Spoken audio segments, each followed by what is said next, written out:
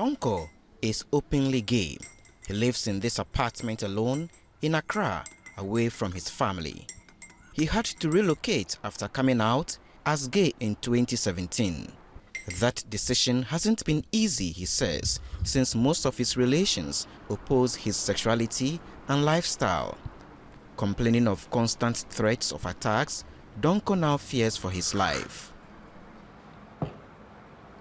Just the mere fact that somebody points a finger at me that this person is gay could actually lead to me being lynched. And as a society, you should ask yourself, what crime have I committed? You know. And yet, that is experience that I go through. And it's not just me alone, but then people who also identify as LGBTQ persons in Ghana also go through similar experiences. According to the rights group Why Not Rights, at least 40% of Ghana's LGBT community persons have suffered attacks.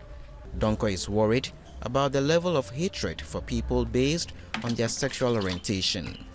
It is unfortunate that some Ghanaians would treat other Ghanaians differently because of their sexual orientation, and it make them feel like a second-class citizen, right? It is unfortunate.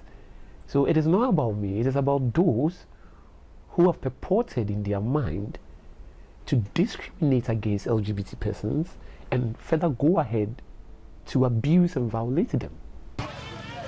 Same-sex relationships are not permitted by law in Ghana. Campaigners against the LGBT movement say this won't change anytime soon due to Ghana's cultural and religious norms. We obey the rules that govern the state that we live in. And for that matter, if you ask me personally, I abide by the rules and regulations in the country. So I am for what the government is saying, what the laws are saying, what the traditional believers are saying, and what the Christian courts are saying. So gayism or lesbianism or whatever you call it, for us here, we will forever believe that they are not here. And we will recognize them. And that's a common view on the streets of Accra and elsewhere in the country. I think with the LGBT rights, we don't have to condone such acts, because I think it's flouts on our traditions, it's flouts on our our customs. It's something that we didn't grow up with. It is not an African thing. We are not into this. Our ancestors did not train us into this, and it is a taboo.